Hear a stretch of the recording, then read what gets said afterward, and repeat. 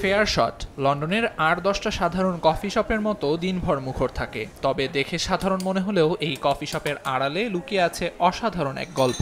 এখানে যারা কাজ করেন তাদের সবাই কোনো না কোনোভাবে শারীরিক প্রতিবন্ধকতার শিকার, কিন্তু সেই প্রতিবন্ধকতাকে জয় করে সাধারণ মানুষের মতোই কাজ করছেন এখানে।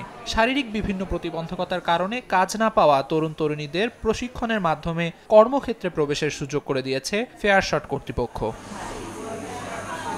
পরিসংখ্যান বলছে ইংল্যান্ডে ডাউন সিনড্রোমে আক্রান্তদের মাত্র 4.8% চাকরি করছে। বিষয়টি গভীরভাবে দাগ কাটে 29 বছর বয়সী বিয়াঙ্কা টাভেলার মনে। প্রশিক্ষণের মাধ্যমে প্রতিবন্ধীদেরও উপার্জনক্ষম করে গড়ে তোলা সম্ভব, এই বিশ্বাসে প্রতিষ্ঠা করেন ফেয়ার শট কফি শপ। প্রশিক্ষণ দিতে থাকেন ডাউন সিনড্রোমে আক্রান্তদের।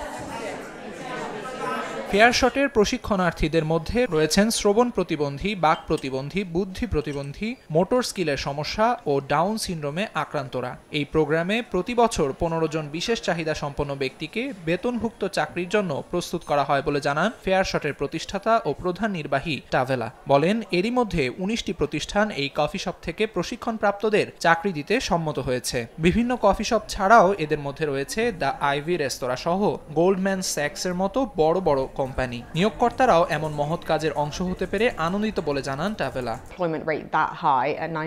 আমাদের প্রশিক্ষণপ্রাপ্তরা অন্য যে কোনো কর্মীর চেয়ে ভালো। তাদের উপস্থিতি, কর্মস্পৃহা, ইতিবাচক মনোভাব সবই চমৎকার। তারা কখনো কখনো আমাদের চেয়েও বেশি দক্ষতার সঙ্গে কাজ করেন। তারা নিজের কাজেই মনোযোগ দেয়, কোনো কিছুতেই বিচলিত হয় না।